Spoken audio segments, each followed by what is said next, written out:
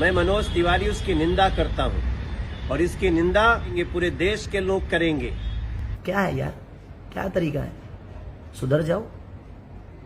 अगर बोलना है, अगर पत्रकार बने हैं आप, पत्रकार बने हैं तो पत्रकार का मतलब समाज का दूसरा आईना होता है। कहां से करोगे?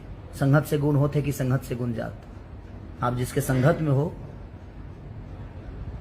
छोड़ो, विवाद हो जाएगा बोल दूंगा तो कुछ, लेकिन नहीं, ऐसा नहीं है।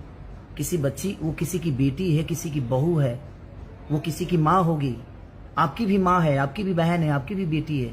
उसको उल्टा सीधा आकर आप लोग गाली गलौज कर रहे हो, उसको अलग रूप दे रहे हो, अलग नाम से बुला रहे हो। क्या है यार? तुम्हारे घर में माँ बहन बेटी नहीं है? तुम्हारे माँ बहन बेटी के बारे में अगर कोई गलत शब्द का उपयोग करे तो कैसा लगेगा आपको? बुरा लगेगा। जो लोग इन्वॉल्व हैं उनको दुनिया की कोई ताकत बचा नहीं पाएगा। एसपीडी ट्रायल हम 3 महीना के अंदर इस केस में लाएंगे। हर परिस्थितियों में बच्ची के न्याय के लिए एक पिता की तरह मैं कोशिश करूंगा उस बेटी को नौकरी